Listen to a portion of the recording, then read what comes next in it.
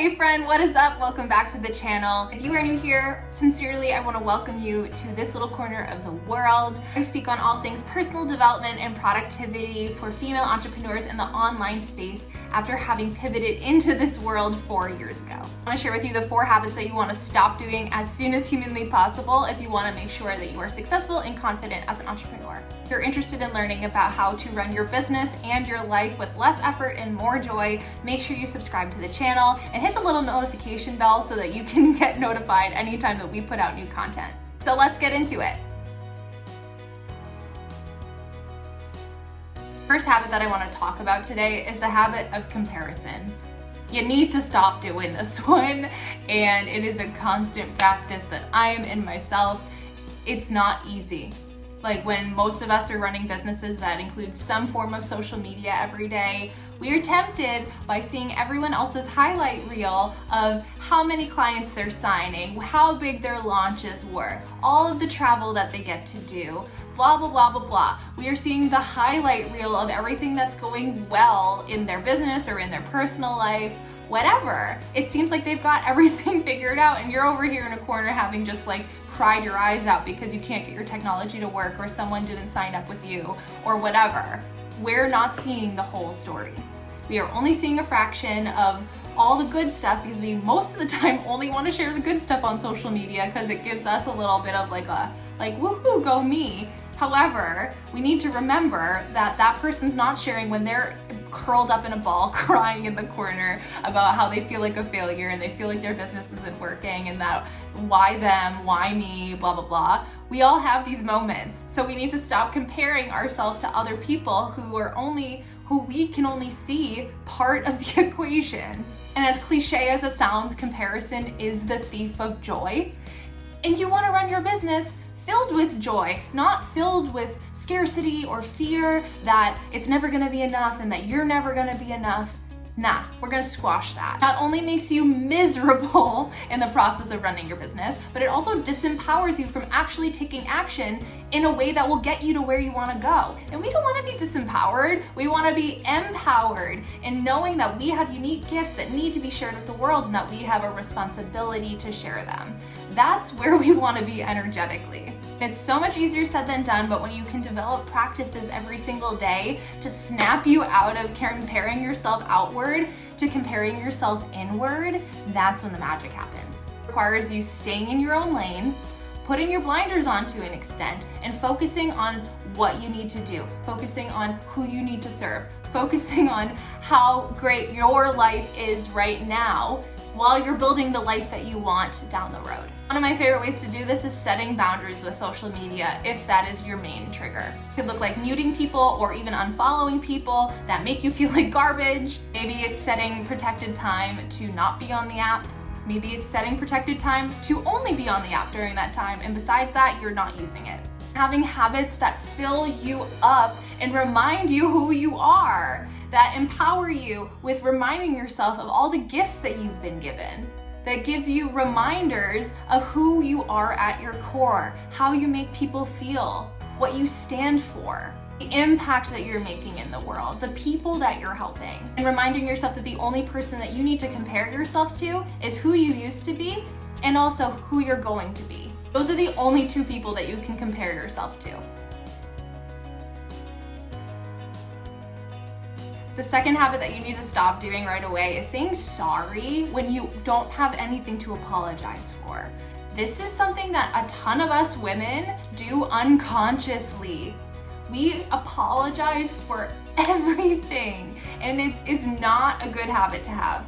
For example, if you are, say, using something that someone else comes into the room to use, but you're using it first, apologizing that that person has to wait.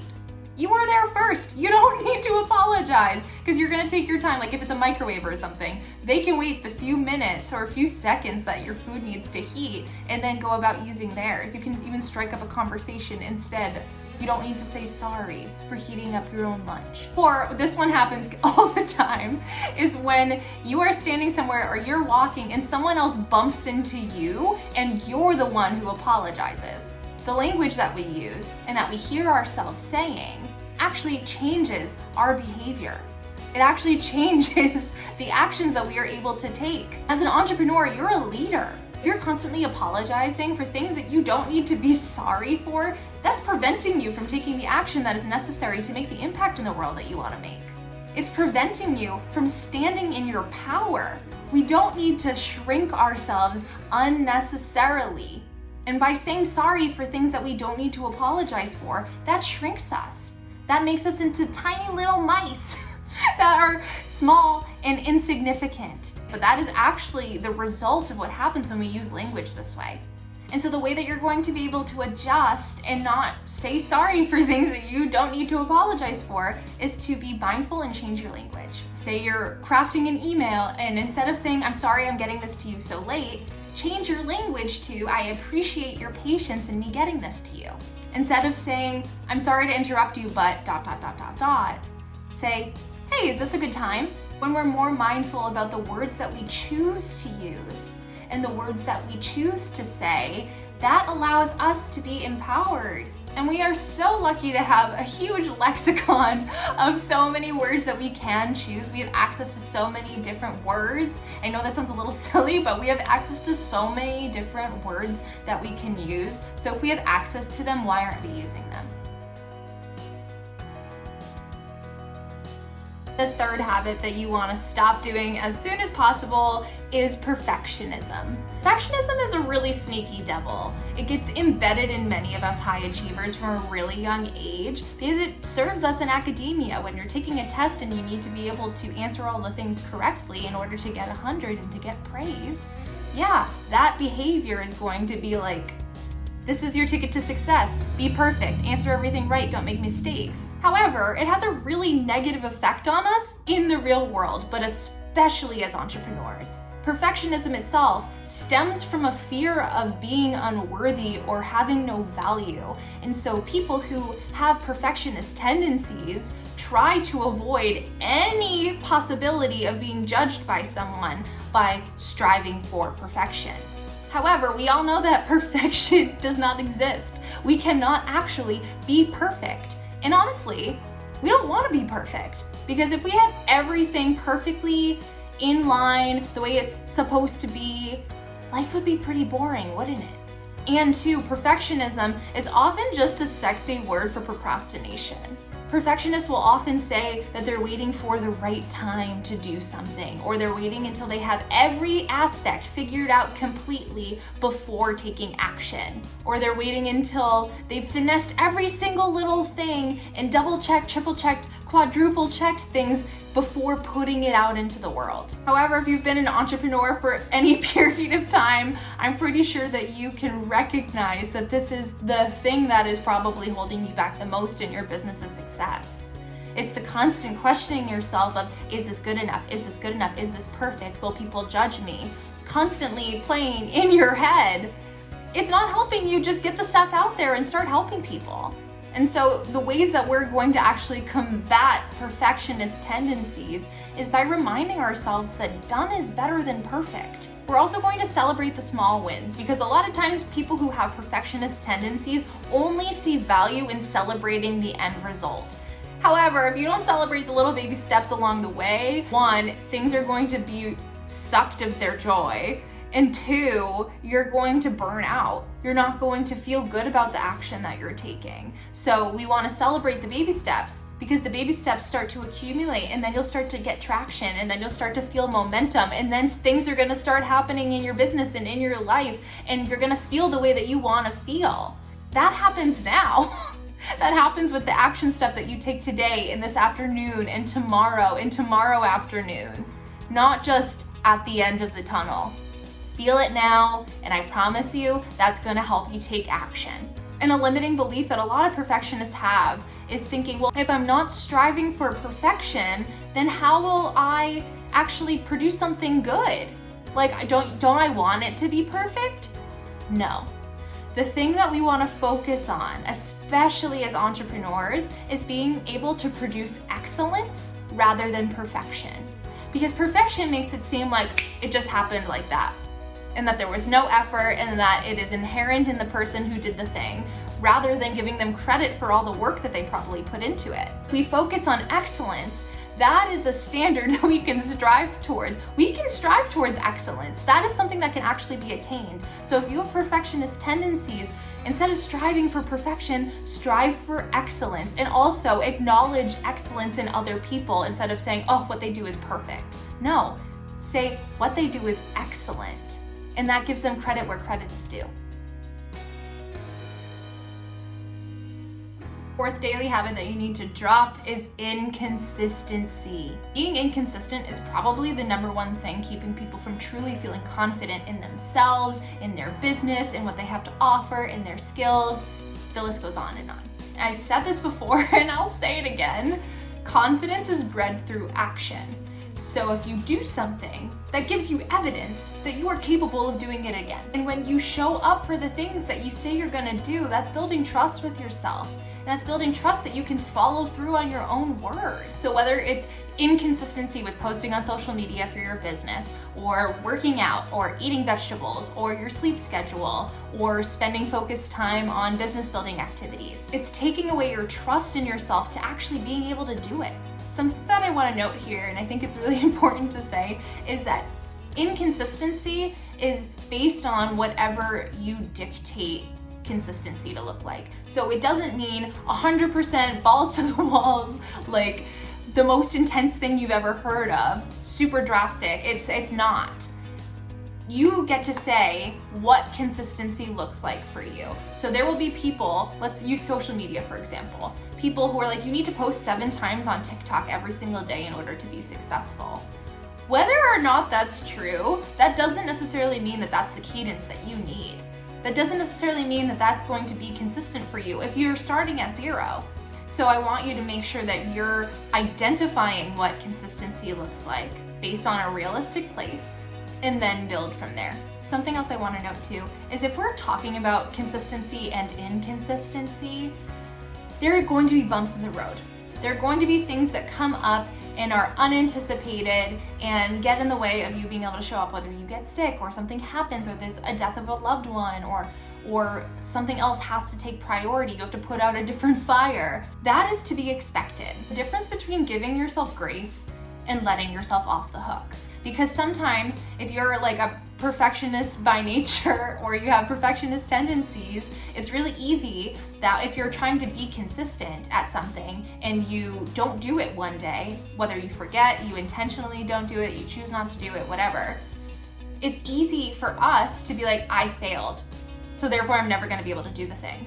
Consistency is the overarching picture of everything. So one time not doing it, okay, that happened. But are you going to just continue to not do it because you didn't do it once? Or are you gonna say, okay, this is a one-time thing, I'm gonna show up again tomorrow?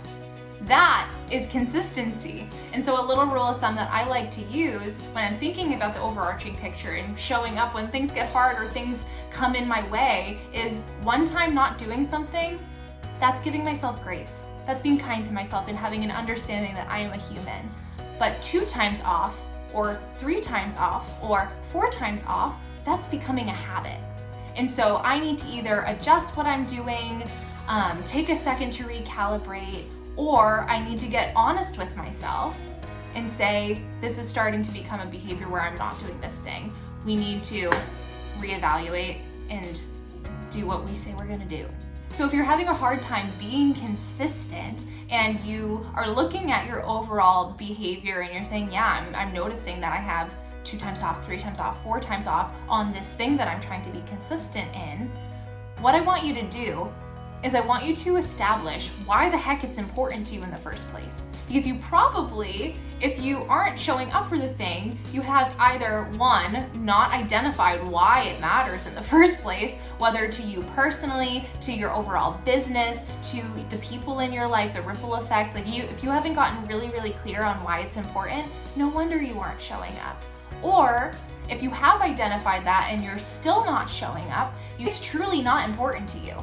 It's not a priority. And there's no shame about that. Sometimes things aren't a priority that we try to make a priority. And so an example of that could be like, maybe you're like, I want to start running because running's good for you, but you hate running.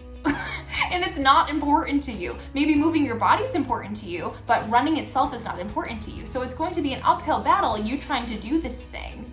And so if you're becoming inconsistent and then you assess the situation and you're like, oh, this actually isn't important to me. Why am I spending my time on it? That gives you the agency to do something else. To say, okay, well, what do I want to do? What's going to do the same thing for me of fulfilling a certain amount of movement in my life? It's going to be the thing that I actually enjoy doing and fulfills the same need. So it gives you an opportunity to reassess what's not working. It's like, oh, I don't like this. Of course I'm not gonna wanna do it. Another thing that I found really, really helpful in building consistency in my life in various areas, whether it's in my health, in my finances, in my business, in my personal goals, whatever it is using habit trackers is a really helpful way for you to reinforce good behavior, to be able to go through the loop of action, reward, and then continue that cycle. I can even try to put a little image here so that you know what I'm talking about. But it establishes consistency for you. It shows the accumulation of your actions, and it gives you evidence of your ability to do something and to do it again and again and again and be able to look at, whoa, I did all of these things for all of these days. The one that I use is called Habit. It's a little pink app, and you get to choose which tasks or habits that you want to include on there, and you get to choose the cadence that you want to be doing those things. So it could be once every day, a certain number of ounces of water that you drink every day, one time per week or one time per month, whatever is applicable to the habit or the behavior that you're trying to be consistent with. You get to dictate it, you have to put it in the app, and then you just tap a button when you've done it. It is so helpful. And so let's recap. So we've talked about the 4 habits that you need to stop doing as soon as humanly possible so that you can be successful and confident as an entrepreneur. There's the habit of comparison, the habit of saying sorry when you're not actually sorry for something, the habit of perfectionism, and the habit of inconsistency. And I want to know in the comments, are any of these habits things that you personally struggle with or have struggled with in the past and now you've overcome them? I want to know. I want to be able to have a dialogue with you about it. If you found this video helpful, please give it a like and share it with a friend who you think could benefit from it. And make sure that you are subscribed so you can get next week's video on how to visualize your perfect day. So start implementing these things. I hope you have a fantastic day and keep moving mountains.